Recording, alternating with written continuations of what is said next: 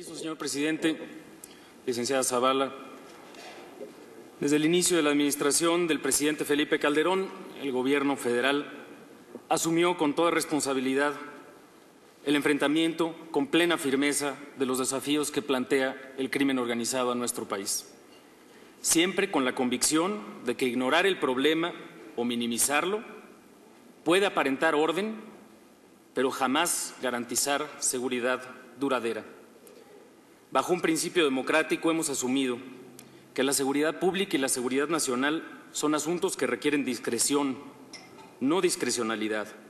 que implican reservas de información, pero éstas deben tener no solamente sustento jurídico, sino una justificación racional. Por ello, desde el primer momento se le ha hablado a la ciudadanía de frente y con la verdad, con el objetivo de mantenerla informada y no generarle falsas expectativas, pero tampoco temores infundados. La implementación de la Estrategia Nacional de Seguridad y las acciones derivadas de esta se han llevado con estricto apego a la ley, sometidos al escrutinio público y siguiendo siempre la ética de la responsabilidad. El día de hoy, en estos diálogos, por instrucción del presidente de la República, en un ejercicio de transparencia sin precedentes en México y con muy escasos referentes en el mundo, se hace pública la base de datos de los homicidios presuntamente relacionados con la delincuencia organizada a través de una plataforma de consulta que se muestra en estos momentos en sus pantallas. La publicación de la base de datos es una muestra de los beneficios de la sinergia entre el Gobierno federal y la ciudadanía. Comprometido con la transparencia y la calidad de la información,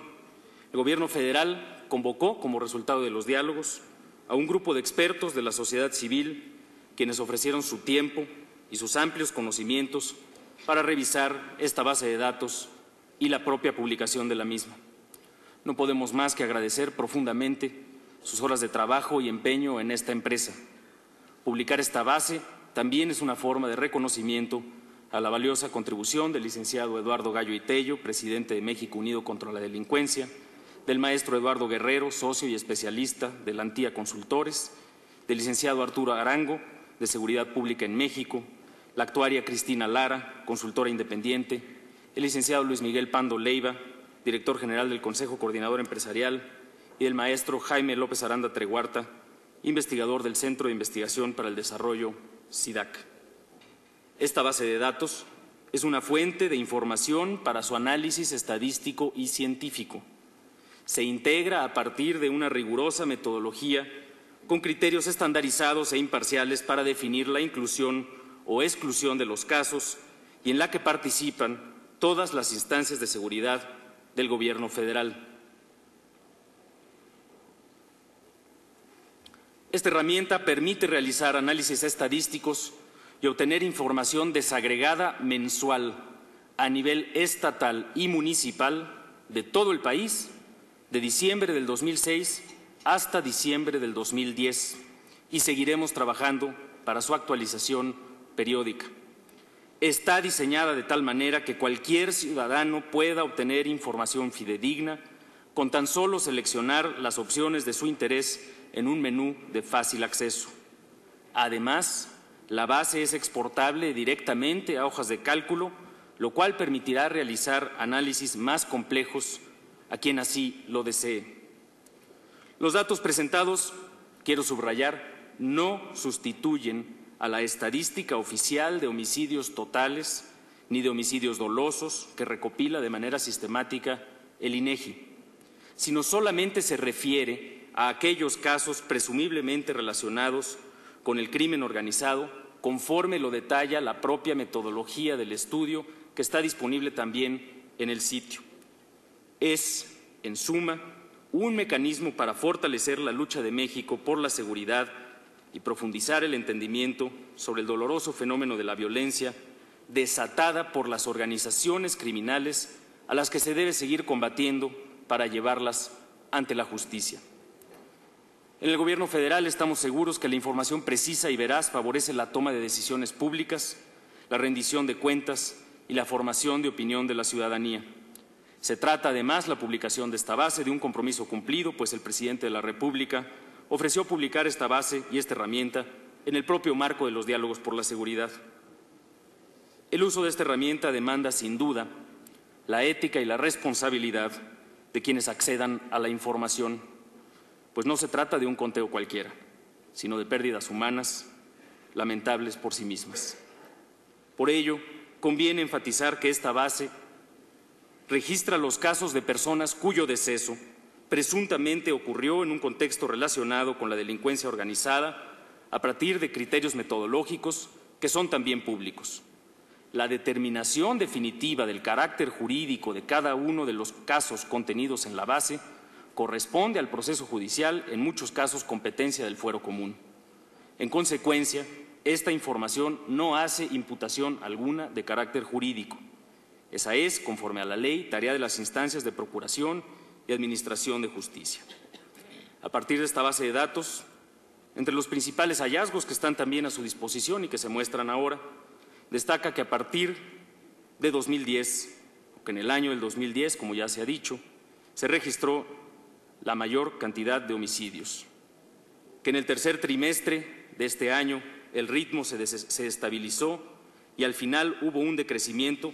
que, sin convertirse aún en una tendencia permanente, es por sí solo notable. En el año del 2010 se registraron un total de 15.273 homicidios presuntamente vinculados con la delincuencia organizada, 3.334 en el primer trimestre, 4.107 en el segundo, 4.142 en el tercero, mostrando esa estabilización, y 3.690 en el cuarto. Es decir, después de 5 trimestres de crecimiento en este indicador, a partir del segundo trimestre del 2009, llevamos en los 2 trimestres pasados 2 casos en los que se ha dejado de crecer esta tendencia, y en el trimestre pasado cayó en un 10%, como lo muestra la siguiente gráfica. Ahí se puede ver para cada uno de los trimestres del año pasado las variaciones porcentuales respecto del trimestre anterior. En el primer trimestre del 2010 creció en 19% este número de homicidios, en el segundo trimestre creció en un 23%, en el tercer trimestre se da la estabilización y una caída clara en el cuarto trimestre del año pasado, que es la más notable y sobre todo la que corresponde a ya un indicador de 6 meses en los cuales ha dejado de crecer el fenómeno de los homicidios presuntamente vinculados al crimen organizado. Como ya se ha dicho, estos son los datos que describen lo que ocurrió el año pasado y seguiremos informando conforme vaya avanzando la estadística correspondiente. Como ha informado el Gobierno federal con toda transparencia, se ofrece evidencia consistente de que los homicidios presuntamente relacionados al crimen organizado son también, y esto se muestra en la base de datos, un fenómeno regionalizado, relativamente focalizado en zonas específicas de todo el país. Por ejemplo, esta gráfica muestra la concentración geográfica de todos los homicidios a lo largo de 2006-2010. Aquí se subraya que 85 municipios concentraron el 70% de los homicidios. Pero cuando vemos la distribución año por año, vemos que esa concentración sigue siendo relativamente estable y en algunos casos se ha reducido su presencia. En el 2010, el 50% de todos los eventos de homicidios presuntamente vinculados al crimen organizado se concentraron tan solo en 3 entidades federativas: Chihuahua con prácticamente el 30%, Sinaloa con 12% y Tamaulipas con aproximadamente el 8%. Un análisis a nivel municipal que aquí se muestra que 7 de cada 10 homicidios de esta naturaleza sucedieron en 90 municipios del país en el año 2007. Esta cifra disminuyó a 59 municipios en el año del 2008 y se convirtió en 70 y 73 municipios respectivamente en los años de 2009 y 2010. Además, hay evidencia de que este fenómeno se explica primordialmente por los conflictos entre los distintos grupos criminales que a lo largo de los años transformaron su actividad.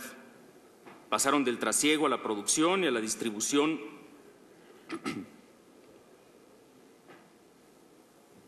de sustancias ilegales incursionaron en actividades delictivas como el secuestro, la extorsión, la trata de personas y la piratería. Modificaron el modelo de negocio e hicieron más violentas sus prácticas de control de rutas y de mercados. Esta base y estas gráficas también muestran, como ya se ha mencionado, que justamente en respuesta a los fenómenos de la violencia, si nos concentramos en el caso de Baja California, que va aumentando sistemáticamente de 2007 a 2008, se puede lograr la reducción del fenómeno de la violencia cuando se cumplen las condiciones de la adecuada presencia del Gobierno federal, de la adecuada coordinación con las autoridades locales, la depuración de los cuerpos policíacos y de procuración de justicia, y los resultados se pueden ir dando. Ahí se puede ver cómo los municipios de Baja California, que contribuyen a ser los municipios más violentos del país, se van reduciendo, y también cómo los fenómenos de lucha entre las organizaciones criminales, en las cuales poco o nada tiene que ver la intervención del Estado para la generación de esa lucha, como es el caso del noreste del país, son los que presentan la violencia, y precisamente ante eso se tiene que responder y se tiene que reaccionar, como se puede ver que durante el 2010, lamentablemente, una de las zonas más violentas del país fue el caso de Nuevo León y de Tamaulipas. El 89% de los casos registrados en esta base de datos son resultado de ejecuciones que se definen como homicidios dolosos, violentos, cometidos presumiblemente para amedrentar a sus rivales o disciplinar a los socios de la organización delictiva. La violencia manifiesta en este tipo de homicidios es una práctica inherente a estas organizaciones criminales que se está combatiendo. Los datos contenidos en esta plataforma de consulta subrayan que el Gobierno cumple con su responsabilidad, combatiendo con firmeza a los causantes de la violencia. Esta tarea implica, desde luego, la corresponsabilidad y coordinación con los gobiernos estatales y municipales, así como la participación de la sociedad civil para construir un panorama de seguridad auténtica para México. Así pues, queda a su disposición a partir de hoy, en este sitio que se está publicando, una fuente de información amplia en posibilidades y que nos obliga a un uso ético y apegado al método científico. Será sin duda una oportunidad de demostrar que somos una sociedad capaz de interactuar responsablemente con la información. Quiero aprovechar esta oportunidad, adicionalmente, para ilustrar el avance en uno de los ejes más relevantes de la Estrategia Nacional de Seguridad, que ya se ha informado que el presidente de la República hacía mención hace algunos minutos apenas. La firmeza con la que se han conducido los procesos de fortalecimiento institucional en el marco de la Estrategia Nacional de Seguridad ha resultado en la captura o el abatimiento del mayor número de líderes criminales en la historia del país, en particular durante el año pasado, el 2010. Como ustedes saben, sistemáticamente la Policía Federal, la Procuraduría General de la República y las Secretarías de Defensa y Marina Armada de México informan de la detención de jefes de plaza, de operadores financieros, de sicarios de todas las organizaciones criminales, así como de aseguramientos y decomisos de armas, de droga y de dinero, que son históricos también por su dimensión. A la fecha, estas acciones han conseguido más de 120,000 sentencias condenatorias en lo que va de la administración por diversos delitos del fuero federal entre 2006 y 2010. Es de destacar, sin embargo, que además de esta tarea, se están debilitando como nunca a las organizaciones criminales, o mejor dicho, como resultado de esta tarea, se está debilitando como nunca a las organizaciones criminales a fin de hacer justicia por los crímenes cometidos y acelerar la obtención de una seguridad duradera y auténtica. Como ya se mencionó, la Procuraduría General de la República, en marzo del 2009, identificó y publicó en el Diario Oficial de la Federación a los 37 líderes criminales más peligrosos de México, hace un poco menos de 2 años. A la fecha, el 51% de ellos han sido inhabilitados, 17 de estos delincuentes más buscados han sido abatidos o capturados por la acción de las fuerzas federales y 2 más han muerto por enfrentamientos entre las propias organizaciones criminales. Esta cifra representa un daño severo e irreparable a las estructuras de operación de todas las organizaciones criminales. En este registro histórico se ha hecho ya más de la mitad de la tarea y particularmente el año pasado se ha avanzado con una gran celeridad. Entre los liderazgos hasta ahora inhabilitados y presentes en esa lista destacan desde luego Antonio Cárdenas Guillén, alias Tony Tormenta, líder máximo del Cártel del Golfo, Arturo Beltrán Leiva, Edgar Valdés Villarreal, Sergio Villarreal Barragán, Héctor Huerta Río, todos ellos de la organización de los Beltrán Leiva, Ignacio Nacho Coronel de la Organización del Pacífico, Vicente Zambada, alias El Vicentillo, y Teodoro García Cimental de esa organización, este último que inicialmente fue uno de los principales operadores de la organización criminal de los Arellano Félix. El debilitamiento de las organizaciones criminales de los Carrillo Fuentes y la familia también ha afectado de manera sustancial a sus estructuras de mando. De la organización criminal de los Carrillo Fuentes fue arrestado Vicente Carrillo Leiva, alias El Ingeniero, quien enfrenta un proceso judicial y actualmente se encuentra bajo la medida cautelar de arraigo en un centro de investigación federal. De la familia fue abatido el líder original y máximo de dicha organización criminal, Nazario Moreno González, alias El Chayo. Golpe que ha agudizado de una manera notoria el debilitamiento que ya de por sí reflejaba esa organización criminal. Estos logros significativos, en los cuales además deberemos seguir adelante, se deben al trabajo coordinado y sistemático de las fuerzas federales, de la Policía Federal, de la Procuraduría General de la República y, desde luego, de la Secretaría de la Defensa Nacional y la Secretaría de Marina Armada de México. A todos ellos, nuestro reconocimiento. Muchas gracias.